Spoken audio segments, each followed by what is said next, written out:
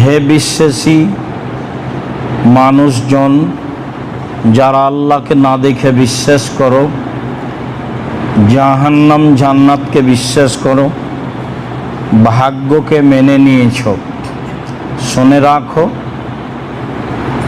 তোমাদেরকে যখন জুমার দিন আজান দিয়ে ডাকা হয় তখন তোমরা দ্রুত মসজিদে চলে আসো, ব্যবসা বাণিজ্য ছেড়ে দাও। যখন সলাৎ হয়ে যাবে তখন আবার আল্লাহর অনুগ্রহ, সম্পদ, পয়সাপাতি উপার্জনে মাঠে নেমে যাও। বেশি বেশি আল্লাহকে ডাকো, আল্লাহ তোমাদের প্রতি দয়া করবেন, এ কথা আল্লাহ তাআলা বলেন।